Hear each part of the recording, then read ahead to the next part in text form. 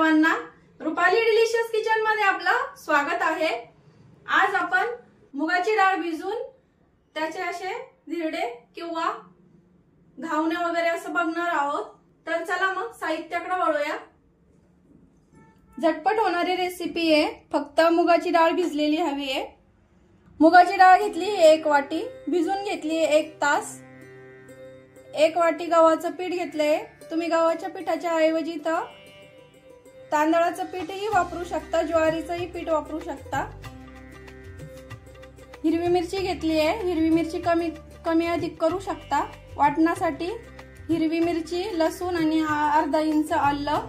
वाटणामध्ये टाकण्यासाठी आपल्याला जिरा लागणार आहे, लाल तिखट, हा आमचा घरगुती लाल मसाला आहे, हळद, धना पावडर, ओवा, चवीपुरतं मीठ आणि धिरड्यांसोबत खायला इथं चटणी बनवणार आहे। अर्धा इंच आलं, 4 ते 5 हिरव्या मिरच्या, थोडीशी कोथिंबीर आणि चवीपुरतं मीठ आणि धिरडे भाजण्यासाठी आपल्याला इथं तेल लागणार आहे। तर आता डाळ, हिरवी मिरची, आलं, लसूण आपण वाटून घेणार आहे। इथं एकदम बारीक वाटायचं आहे, स्मूथ पेस्ट करायची आहे। अर्धा चमचा जिरं आणि डाळीतलं पाणी काढून डाळ घ्यायची। मूग, हिरवी मिरची आणि लसूण, आलं त्याची एकदम बारीक पेस्ट तयार करून घेतली आहे। आता यामध्ये आपल्याला सुके मसाले टाकून घ्यायचे आहे। अर्धा चमचा घरगुती लाल मसाला, पाव चमचा हळद, अर्धा चमचा धना पावडर, पाव चमचा ओवा, चवीपुरतं मीठ, हिरवीगार अशी कोथिंबीर कट करून घेतलेली आणि 1 वाटी जे घेतलंय ते पीठ घ्यायचं आणि थोडं थोडं करून, गाठी नाही झाल्या पाहिजे। किती पीठ लागतं एकूण ते सांगते मी तुम्हाला। खूप जास्त गव्हाचं पीठ वापरायचं नाही आपल्याला इथं, फक्त मी आपलं सांगितलंय अंदाजे अर्धी वाटीच पीठ लागेल आपल्याला इथं। थोडं पाणी करून आता टाकून, आता आपण डोश्याला जसं बॅटर तयार करतो त्याप्रमाणे आपल्याला हे बॅटर तयार करून घ्यायचं आहे, एकदम स्मूथ असं। आपलं बॅटर आता धिरड्याचं याप्रमाणे तयार झालंय। तुम्ही यामध्ये वेगवेगळ्या प्रकारच्या भाज्याही टाकू शकता, गाजर, बीट, पालक वगैरे, पण मी आज प्लेनच करणार आहे। आणि आता आपण इथं चटणी करून घेऊया। कोथिंबीर, आलं, हिरवी मिरची आणि जिरं टाकायचं आहे, पाव चमचा, चवीपुरतं मीठ। आता मिक्सरला फक्त आपल्याला हे बारीक वाटून घ्यायचं आहे। चटणी आता बारीक वाटून घेतली आहे, एकदम सिंपल आहे, करून बघा तुम्ही, खूप टेस्टी लागते ही। पुदिना असला तर तुम्ही पुदिनाही टाकू शकता। आता आपण धिरडे करून घेऊ। त्यासाठी मी पॅन गरम करायला ठेवलंय इथं, साध्या तव्यावर पण छान होतं।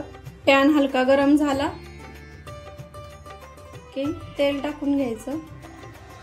जे डाएट वगैरे करत असतील ते रात्रीच्या जेवणातही करू शकता, वेगवेगळ्या भाज्या वगैरे टाकून। आणि तुम्ही हे ऑइल फ्री करू शकता, बिना ऑइलचं पण छान लागतं हे, किंवा तूप वगैरे, तूप बटर वगैरे असं वापरूनही करू शकता। खूप पातळ नाही करायचं आहे आपल्याला, थोडंसं साईडनी तेल सोडून घ्यायचं आणि झाकण ठेवायचं आहे। झाकण ठेवून घ्यायचं आहे आणि मीडियम गॅसवर खालच्या साईडच्या एकदम ब्राऊन रंगावरती आपल्याला हे फ्राय करून घ्यायचं, भाजून घ्यायचं आहे। बघूया आता झालंय का।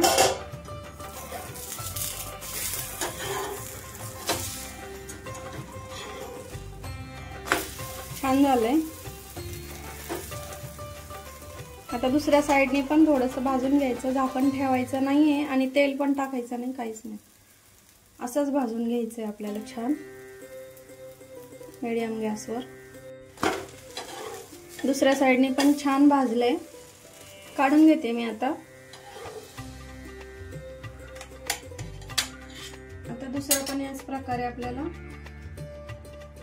पॅन वरती थोडंसं अगदी कमी तेल टाकायचं आणि आधी सारखंच 1 किंवा 1.5 पळी बॅटर टाकायचं आणि पसरवून घ्यायचं. खूप पटपट होतात हे धिरडे. आणि साईडने अगदी थोडंसं किंचितचं तेल टाकायचं आणि झाकण ठेवून 2 मिनिटांसाठी ठेवायचं. दुसरं पण बघूया. छान झालंय दुसरं पण. पलटून घ्यायचं आणि मीडियम गॅसवर हे पण छान भाजून घ्यायचंय.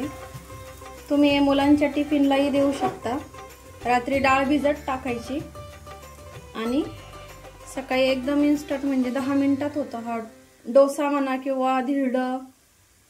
तुम्ही वेगवेगळ्या प्रकारच्या भाज्या पण मुलांना खाऊ घालू शकता यामधनं. गाजर, बीट, पालक. त्यामुळे तुम्ही करून बघा नक्की ही रेसिपी. आणि मुलांना पण आवडतं असं सॉस बरोबर, चटणी वगैरे त्याच्याबरोबर पण. हे पण छान भाजले. आता मी काढून घेते आणि बाकी सर्वही असेच करून घेते. रेसिपी कशी वाटली कमेंट करून नक्की सांगा. रेसिपी आवडली असेल तर like, share, subscribe and comment करायला विसरू नका. कधीतरी स्वयंपाकाचा कंटाळा आला किंवा पटकन इन्स्टंट काहीतरी बनवायचंय, काहीतरी वेगळं खावंसं वाटलंय तर तुम्ही नक्की करून बघा. ही खूप टेस्टी लागते आणि तोंडाला पण चव येते. कोणी जर आजारी असलं तर त्याला पण करून देऊ शकता ही रेसिपी. खूप चव येते तोंडाला या रेसिपीमुळे. तुम्ही नक्की करून बघा आणि रेसिपी नक्की ट्राय करा. कारण घरचं जेवण हे खरंच स्वादिष्ट असतं. आणि असेच माझे छान छान व्हिडिओ बघत राहा. अशाच नवीन चमचमीत झणझणीत रेसिपींसोबत पुन्हा भेटूया. तोपर्यंत बाय बाय.